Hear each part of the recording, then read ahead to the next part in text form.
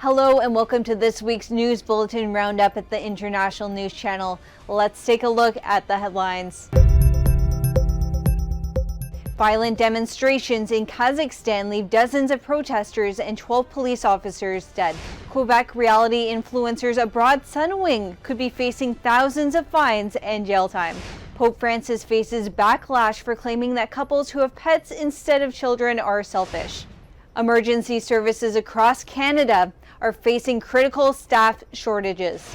97 hostages in Nigeria have been freed after 2 months in captivity. France opens a terrorist investigation into the explosion in Saudi Arabia. The United States arrests a Colombian man for his alleged involvement in the assassination of the Haitian president, Jovenel Moise. Classic BlackBerry phones have ended most services. Canada agrees to compensate a total of $40 billion to Indigenous children taken from their families. To begin, Kazakhstan is currently experiencing the most violent protests it has seen since independence 30 years ago. In fact, protesters have broken into several buildings throughout the day and night, including the presidential residence and the mayor's office in Almaty. As a result of the unrest, dozens of protesters and 12 police officers have been killed. The demonstrations began in response to an approximate doubling of the vehicle fuel prices in the country.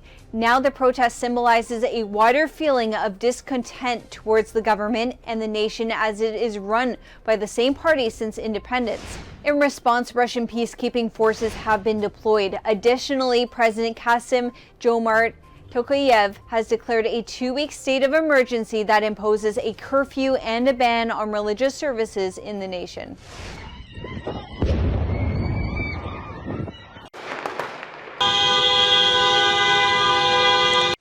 In other news, a Sunwing flight from Montreal to Mexico has garnered considerable controversy. Particularly, videos have surfaced showing a group of Quebec influencers and reality TV stars disregarding public health protocols on a Sunwing flight by hosting an aerial party while vaping, going maskless, passing around bottles of hard liquor, crowd surfing, and jumping, as well as dancing in the aisles of the plane.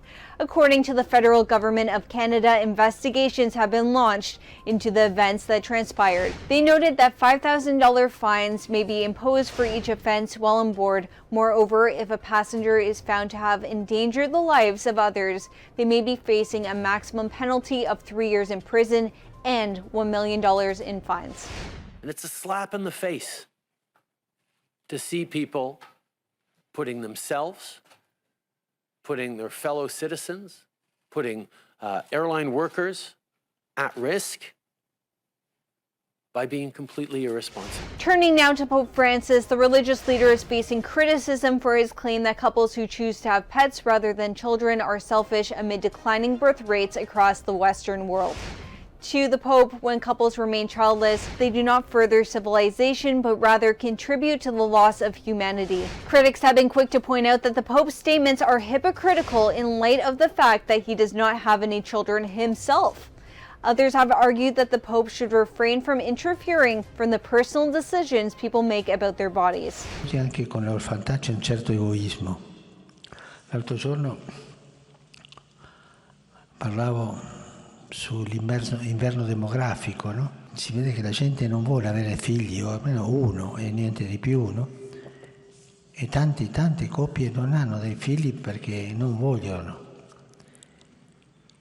o hanno uno e non di più, ma hanno 2 cani, 2 gatti, e sì, i cani e i gatti occupano il posto dei figli. Sì, fa ridere, capisco, ma è la realtà.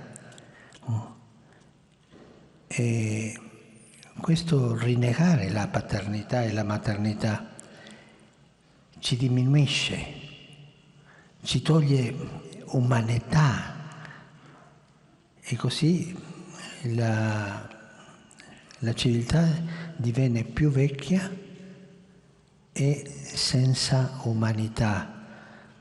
Perché si perde. In Canada, the Omicron variant has led to a rise in COVID-19 cases across the nation. As a result, emergency services, including police, ambulance, and fire across the major cities in the nation, have been negatively affected. In fact, in Winnipeg, the police chief declared a state of emergency for the Winnipeg Police Service on Wednesday, January 5th. In Calgary, where infections among police service employees is the highest, it is estimated that there will be enough resources to respond to crisis situations, but not enough to respond to less serious crime incidents. Similar strains are facing fire and ambulance services across the nation. To deal with the shortages, staff are working voluntary or mandatory overtime, and staff who've been exposed to the virus are being brought back to work only after 5 days of isolation.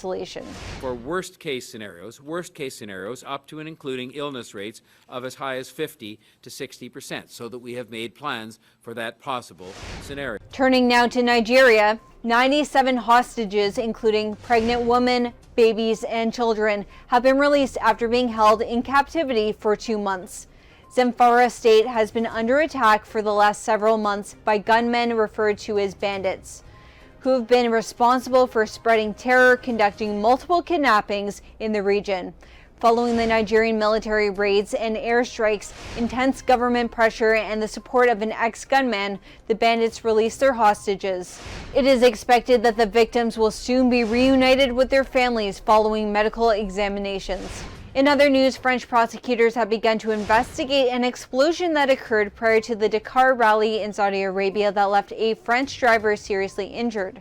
The blast hit a vehicle owned by the French team Saudi Cars as it left the Jeddah hotel en route to the race. According to a spokesperson for France's anti-terror prosecutor's office, the investigation is being conducted to determine if the assassination is related to a terrorist organization. Saudi authorities also conducting their own investigations into the explosion and have not ruled out criminal intent. In the United States, Mario Palacios, a Colombian man, has been charged in relation to the assassination of the Haitian president Jovenel Moise. Last July, a major conspiracy involving dozens of perpetrators led to the murder of the late president in his bedroom.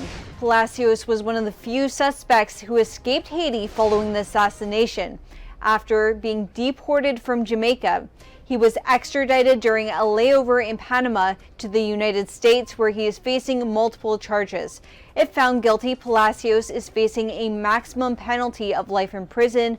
Palacios maintains that he does not know who murdered the Haitian president and arrived on the scene only after the crime had already been committed. The Waterloo, Ontario-based software company originally known as Research in Motion, which developed BlackBerry, has decided to end software infrastructure for BlackBerry smartphones and handheld devices. The software company says devices running on the BB10 or BlackBerry OS platform will no longer reliably function, including for data, phone calls, SMS, and 911 calls.